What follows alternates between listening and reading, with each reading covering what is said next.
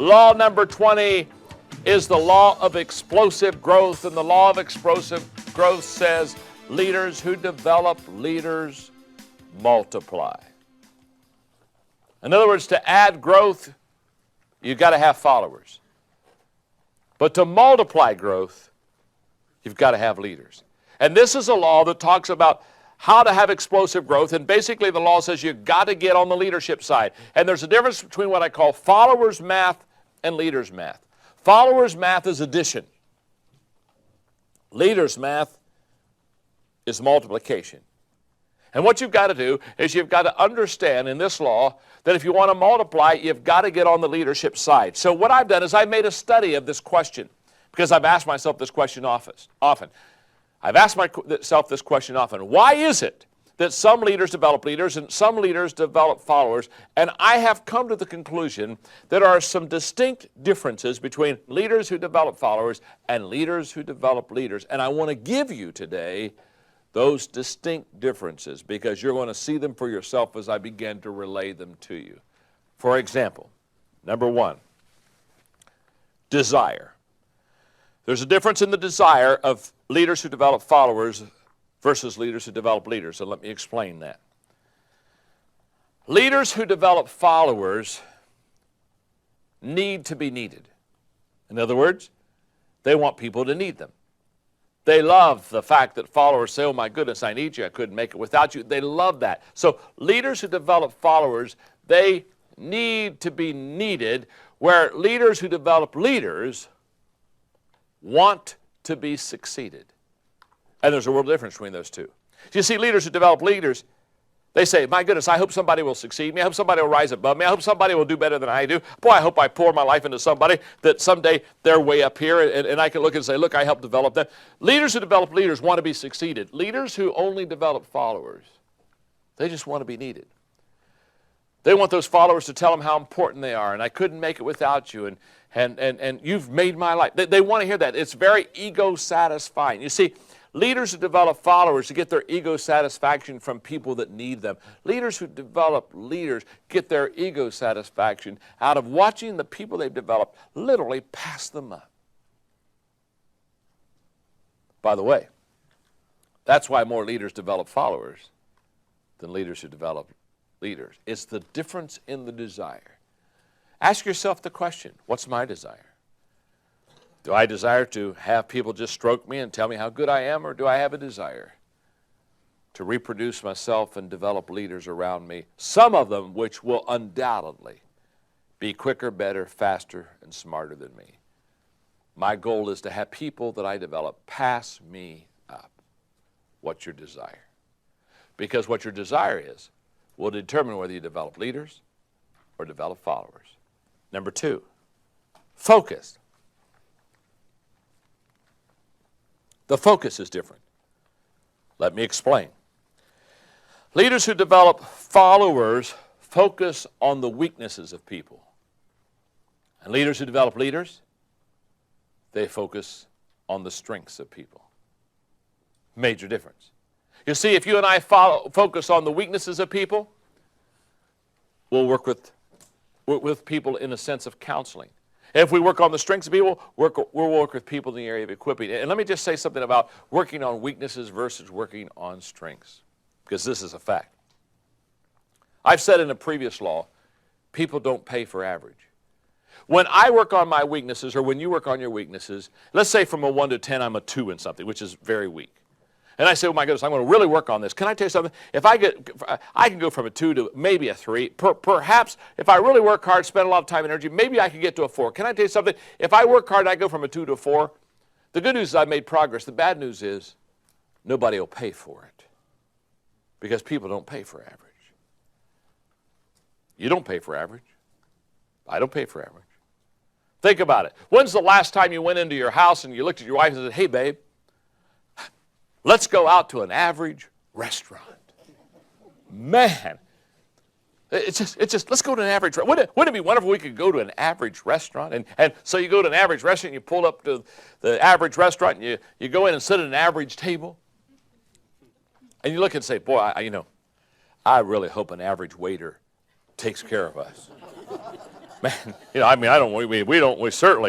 don't want a good waiter. I mean, wouldn't it be wonderful if we got a waiter that, forgot to look at us once in a while and didn't come around and refill the drink? Wouldn't it be wonderful if we just had a waiter that, messed up the order? Not both orders, but one of the orders, just average. You know what I'm saying? We don't want to mess up both orders. Wouldn't it be, average meal at an average restaurant with an average waiter? I mean, it can't get any more average than that. And once you're done with that, you say, oh, wasn't that fun? Hey, we got some time. Got an idea? Hey, let's go to an average movie. Let's go to an average movie. Let's see. Now, honey, is there any movie that none of our friends have been talking about? You know what I mean? Because you know what? You go to an average movie, you always have plenty of seats. Oh, I love that. I love that. And after we've gone to an average movie, we can go home, we can look at each other and say, hadn't it been wonderful? We spent together an average evening together in an average restaurant with an average waiter with average food and an average movie. Oh, what a wonderful average day.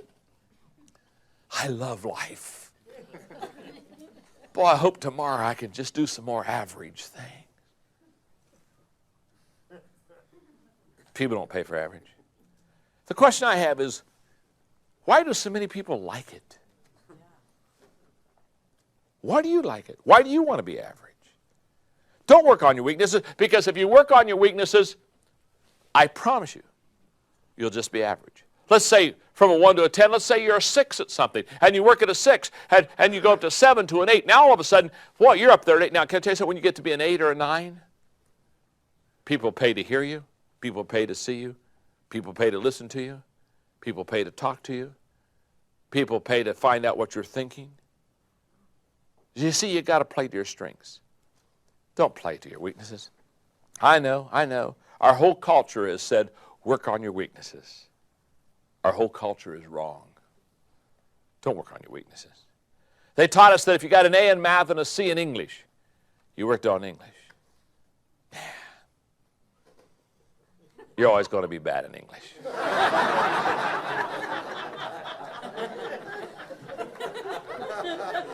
Trust me, I know. I love to sing. That's the good news. The bad news is I'm not any good at it. So I'm a 2 on singing. But I want to sing, so what do? I get a music teacher, and I take vocal lessons, I take sight reading, and I spend 3 or 4 years. Can I tell you something? When I'm done 3 or 4 years from now, I don't know. So I was a 2, maybe now I'm a 3. Here's what I know. None of you in this room, none of you, not even my mother, is going to say, hey, I'd love to pay to hear John sing. No. You'll pay to shut me up, not to hear me sing. You see, leaders who develop leaders, they're equippers. They look for the strengths in their people and they work on them. Leaders who develop followers, they work on weaknesses and never get a return on the weaknesses of their people and wonder why their company is not successful. Number 3, priorities. You see, the priorities of leaders who develop followers and leaders who develop leaders are different. Let me explain to you what I mean by that. Leaders who develop followers devote attention to the bottom 20%. We've already studied the Pareto principle. And leaders who develop leaders, they devote attention to the top 20%. A world of difference. Number 4 is abilities. Leaders who develop followers are good leaders. But leaders who develop leaders are great leaders. Goes back to the law of respect, remember? It goes back to the law of magnetism. Sure it does. They're cousins, remember? If you're a 4 as a leader, you're only going to attract 3s. The quality of person that you're going to have in your organization isn't going to be any high. So leaders who develop followers are good leaders because perhaps that's all they can attract. But leaders who develop leaders, they're great leaders. They're going after their 7s, 8s, and 9s. Number 5, attitude. There's a difference in attitude. See, leaders who develop followers lift up themselves. They love to hear their people lift them up. But leaders who develop leaders lift others. They lift up others. Number 6 is in the area of time. Leaders who develop followers spend time with people. Leaders who develop leaders invest time with people. World of difference between those two. Number 7 is expectations. Leaders who develop followers ask for little commitment. Leaders who develop leaders ask for much commitment. That's a fact. Number 8, there's even a difference in leadership. Leaders who develop followers lead everyone the same, but leaders who develop leaders lead everybody differently because they realize that not all people are motivated by the same thing and have the same values, so they understand that you lead people according to who they are, not according to one similar plan for everybody. And finally, the 9th difference between leaders who develop followers and leaders who develop leaders is this one: impact. Leaders who develop followers impact this generation.